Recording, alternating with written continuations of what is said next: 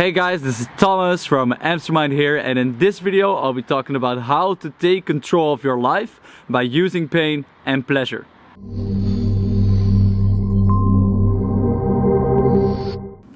So how can you use something like pain and pleasure to take control of your life? Well, your brain is constantly making associations between things in your life in relationship to yourself. And a very strong association that your brain makes is to those things that cause us pain and to those things that bring us pleasure. And this in turn determines a lot of our behavior, because our brains are hardwired to bring us away from pain and into pleasure. That's very important for survival, and if you understand this mechanism, you can use it to your advantage. And if you don't use it, these associations will just basically happen by default. And you can end up with associations that don't really serve you. You associate pain to the wrong things and pleasure to the wrong things. And in that way, life controls you and you don't control life. So if you take control of these associations that you're making, what you associate pain to and what you associate pleasure to, then you have a thing called leverage. And leverage is basically, if you want to do a certain thing and you are in a mode of associating pain to not doing that thing and associating pleasure to doing that thing, then it will be much easier to do it. So let's, for example, say you want to start meditating, and meditation is something that you want to make a habit of, but you keep on procrastinating. You want to do it, you know all the benefits, but something in you just doesn't have that ability to stick with this habit. So what you can do at that moment is associate pain to not meditating. So let's say, what are some things that are bad about not meditating? You will feel more stressed. You will have less inner peace. You will never build this habit of meditating in the morning, and you just feel bad about it because you can't get yourself to do it. Another thing would be that you don't get all these benefits that meditation brings in terms of working, like you're less focused at work, and you know that meditation has all these benefits, but you can't access them because you don't actually make a conscious habit of it, doing it every day, so that it improves your brain, your focus, and that you're more in the moment. And this is something that you don't have when you don't meditate. So that's the pain associated to not meditating. And you can even take it further. What will it cost you if you don't build this habit right now? Like, maybe it will give you in the coming year a lot of stress at certain important moments in your life, and you don't have a way to calm yourself down and just relax. So that's something that is very important to realize, the pain that is associated to these behaviors, or actually to not doing these behaviors. So, and then the other side, like pleasure.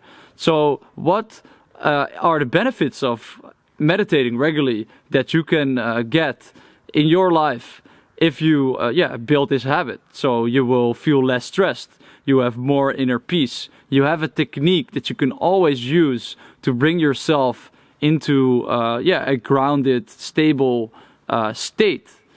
So that's those are all very important benefits, and also other benefits like you're more focused at work, you can perform better, and it's also very good for your health. If you look at the research, your blood pressure goes down.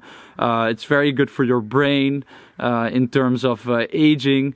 And it has so many benefits. If you research it, then there's a lot of reasons to start this meditation habit. And maybe another thing is that you wake up in the morning and then do this meditation, and that you feel grounded and really centered in yourself to then after that have the best day possible. And at the moment you get caught up in all kinds of troublesome thoughts or negative behavior. So if you start this habit, then it will bring you a lot. So if you do that, like associate pain towards not meditating and associate pleasure to actually meditating every morning, then it will be much easier to stick to the habit, because you can do it on willpower if you want, but that usually does not get the results that are necessary, because what keeps us from doing a certain thing is often these pain and pleasure associations. You probably associate maybe more pleasure to not meditating and just getting a few more minutes sleep, for example. So look at those associations, and this is a great example if you want to build the habit of meditation. And I use this principle a lot in my life, the pain-pleasure principle, to take control when I feel like I need to keep myself in check at certain moments, or when I want to get really motivated to make a certain change in my life. So I will discuss two basic examples, and one simple one, and one was of a bigger life change. So the first one is it actually happened about a week and a half ago. I made this video about the shadow self, and this is a concept from Carl Jung. And basically the shadow self are those unconscious behaviors, beliefs and emotions that we store away because we don't want to look at them. They're ugly, they make us scared, and all these kind of things. And then you can do a thing called shadow work to work with these shadows to integrate them. So I wanted this video to be really good, because the things that I discussed were certain things that I learned over the course of the past year, and I really felt as if I really needed to make this video as good as possible to justify this period of my life, or that I just take these lessons and bring them in the best way to other people so they can benefit. So I was a little bit more emotionally invested in this video than all the other videos that I've made. So I made this first shot, and there were just some things that I didn't like. And then the weather turned bad, and I couldn't really film another video. So after that, I shot another take of this video. And there were still some things that I didn't like. It was much better, but there were still some things that I thought like, oh yeah, maybe I should do it again. And at that moment I realized, oh shit, I'm more heavily invested in this video. And now what's happening, I'm associating more pleasure to making this video absolutely perfect. And I feel pain when that's not the case. And what I actually want to train myself to do is, a video doesn't have to be 100% perfect. I mean, it can be 95. If the content is good and delivery is good, then it's okay. I don't have to be such a super perfectionist and create a lot of stress and waste a lot of energy, because it really bugged me, like, oh, this video, and I want to make it the best I can, and it's some reason even like when I was meditating, it came up and stuff, and it just really messed with me. It made me feel real stressed. And so at that moment I realized I had to change my behavior. So what I did, I associated more pain to actually doing the video again, and more pleasure to actually get on with it and just post this one. So the pain was, if I do it again, it might still not be good, and then I waste a lot of my time, and I'll keep on creating this stress for myself and reinforcing this idea that videos have to be perfect, because they don't have to be 100% perfect. And at some level it was also, I want this video to be good enough, because if it's not, then people might judge me and might think that I'm not good enough, you know, those kind of thoughts, those kind of behaviors, and I don't want to reinforce them. And I was just thinking, like, if I continue this, then it would just create a lot of pain. I would lose the joy of making videos spontaneous, and I could just not relax and do it in the way that I want to do it. And then I associated more pleasure with just getting on with it and posting this video and doing some other important things that I had to do. So that was one big reason. I had to do a lot of other important things so I could do them and focus on them fully and keep the momentum of creating a lot of awesome videos, because yeah, I was really in a good flow, and yeah, keep this joy of making videos, and yeah, just not create that much stress for myself, and just relax and continue and focus on the next video and make that the best I can in a few takes that I take for the video. So at that moment it was pretty easy to change my behavior, because I associated this pain and pleasure towards yeah, the things that I wanted and the things that I didn't want. So that's a very yeah, concrete way how I use this technique in my personal life. And another example that I want to give you is of a big change that I made in my life. And yeah, this change, it's actually a while ago. I was studying in the north of Netherlands in a city called Groningen, and I was there, and yeah, just due to certain choices that I made myself, certain things that I wanted to pursue, I just ended up with basically having not really any friends, and yeah, I didn't have any girls for sure. So yeah, at that moment, at some point, it just hit me like, oh, I really need to change this behavior myself. There was pain building up, and I just couldn't take it anymore, and I just had to change. So that's one way that it also works. If the pain just gets too much, you have to change. But then at that moment, I made sure that I was really motivated to make this change in my life, because it was very important that I started yeah, building my social life and make it yeah, something that yeah, is more enjoyable, that I get more satisfaction out, and yeah, connect to other people. So I associated massive pain to not changing.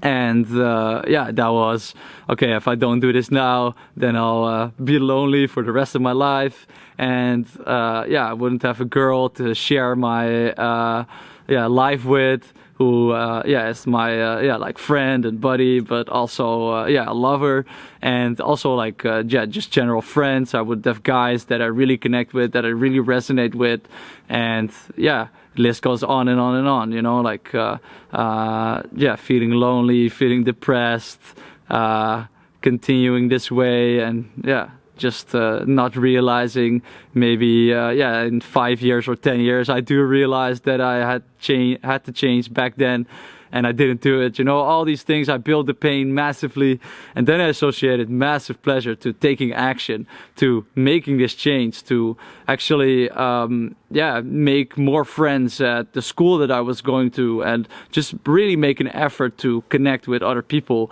I also decided to yeah, at the beginning, because I didn't have anybody to go out with, I just went out by myself.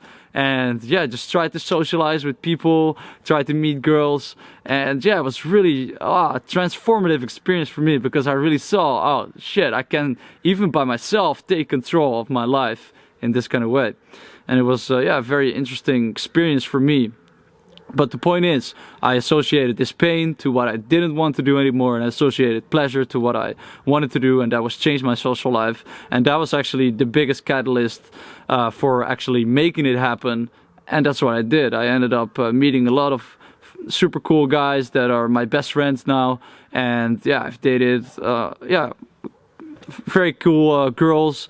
And yeah, just really good experiences on yeah, the dating field, and yeah, it was just awesome to yeah, make that happen through this way. And I constantly kept reminding myself also of this pain if I didn't like push through certain barriers or things that happened, and yeah, reminded me of the pleasure if I did push through and go for yeah, this yeah, new life that I wanted to build. And yeah, that's an important point, by the way. If you make these associations as strong as possible and remind yourself of them regularly, then yeah, of course they are more effective. So if you want to start meditating, or if there's a certain situation in your life that you want to change, then when you're yeah, tempted to procrastinate or not follow through on what you wanted to do, then remind yourself of these pain and pleasure linkages that you've made, and yeah, they become stronger, and they will actually make it that your behavior, the things that you're going to do, that they are automatically more aligned with going for what you want and disregarding what you actually don't want. So these were the things that I wanted to discuss in this video. If you have any questions, leave them in the comments below and I'll answer them personally. If you want more videos like this, make sure to subscribe. Hope you got value. Talk to you soon. But yeah, I learned some things along the way that might be helpful for you if you want to start your own shadow work. So basically the first thing, it's the most important thing, is look at your triggers. So basically, if you